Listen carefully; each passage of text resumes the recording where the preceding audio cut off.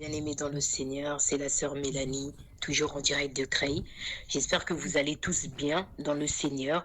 Oui, c'est vrai que on m'a beaucoup dit qu'on te voit plus sur YouTube, où tu partages plus, mais non, bien-aimé, je suis toujours là, fidèle au poste. Le problème, c'est que l'appareil que j'utilisais ne fonctionne plus. C'est pour ça la dernière fois la vidéo était sortie aussi très noire.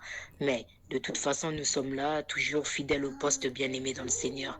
Voilà, je voulais partager avec vous un petit peu sur la bouche, bien-aimé, parce que c'est vrai que notre bouche sort des choses parfois pour bénir, parfois pour maudire. Et la bouche, si on ne sait pas la contrôler, bien aimé dans le Seigneur, ça risque de faire des ravages. Et des ravages, des ravages. Surtout, parfois, les femmes, nous avons la langue parfois bien pendue pour sortir des choses quand on est en colère. Tu veux dire aussi la colère n'est pas bon, bien aimé. La colère n'est pas bonne du tout. Voilà, je vous inviterai, avant de commencer, de prendre Jacques 3,10.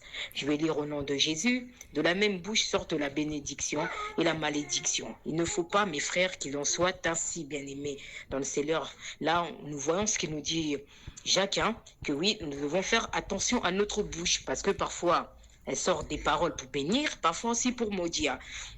Bien-aimés dans le Seigneur. Pourquoi? Parce que nos paroles ont un pouvoir.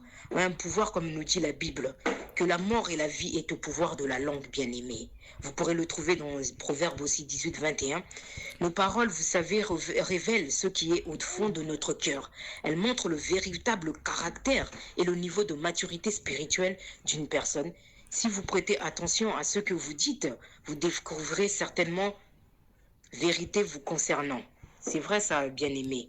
C'est pour ça qu'il est important de vraiment tourner, moi je dis sa langue avant de parler, de se dire, oui, ce que je dirais, est-ce que ça peut servir un enfant de Dieu ou bien ça ne sert pas du tout, ça me permet de me défouler et de dire n'importe quoi, de sortir plein de choses parce que vous savez, quand parfois les gens parlent, parfois c'est pour dire n'importe quoi, parfois c'est pour faire comprendre des choses et parfois aussi c'est pour bénir. Mais la plupart du temps, avec ces derniers jours-là que nous voyons ici dans les jours à venir qui vont être encore plus difficiles, bien aimés, je vous demanderai vraiment de contrôler votre langue parce que c'est important de contrôler sa bouche, de pouvoir se dire ce que je veux sortir, est-ce que ça va être bien ou ça ne va pas être bien.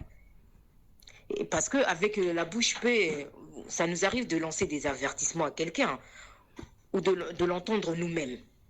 Nous sommes pour la plupart d'accord pour estimer que nous devrons faut d'abord réfléchir bien avant de parler. Il faut d'abord que nous puissions réfléchir avant de parler. Vous pourrez aussi le trouver dans 1 Jacques 19, nous dit que tout homme soit prompt à écouter et lent à parler. C'est pour ça qu'il est important, bien aimé, de réfléchir avant de parler, avant d'ouvrir la bouche pour dire certaines choses, il faut réfléchir. Il faut réfléchir, c'est vraiment important. Comment vous voulez servir le Seigneur bien-aimé si vous avez la langue trop pendue? Ce que, en tant qu'enfant de Dieu, ce qui doit sortir de nos bouches bien-aimées, c'est des paroles agréables. C'est des paroles agréables pour réconforter, pour donner du courage, pour prier. Voilà, c'est ça bien-aimé dans le Seigneur. Je vous laisse. C'était que un petit rappel que nous devons faire attention à nos bouches. Et puis, bien-aimé dans le Seigneur, je vous inviterai à vous abonner. À vous abonner, il y a le frère fidèle, un frère que je connais très bien, un vrai serviteur de Dieu qui fait des chansons pour le Seigneur. Voilà, hier j'ai envoyé un lien. Ça serait bien aussi de pouvoir s'abonner à ses chansons. Ça donne encore plus, comment dire, plus de force pour qu'il puisse encore écrire, vous savez, et qu'il puisse sentir que oui, on s'intéresse aussi à ce qu'il fait. Voilà, et moi je vous disais que oui, ma chaîne YouTube que j'avais, avec les abonnés, je l'ai plus parce que j'arrive plus à la retrouver. J'avais fait une nouvelle chaîne qui est là. Et on me dit aussi que oui, il y a que 2 abonnés. Je dis, on n'est pas là pour... comment je peux expliquer que oui, il y a beaucoup d'abonnés. Non, on est là pour partager la parole et pour qu'une personne puisse la recevoir. Le nombre d'abonnés, bien aimé, ce n'est pas important. C'est la parole qui contient qui est plus important. Voilà, je vous laisse bien aimer dans le Seigneur. Que le Seigneur vous bénisse. C'était la sœur Mélanie, toujours en direct de Creil. Bon dimanche.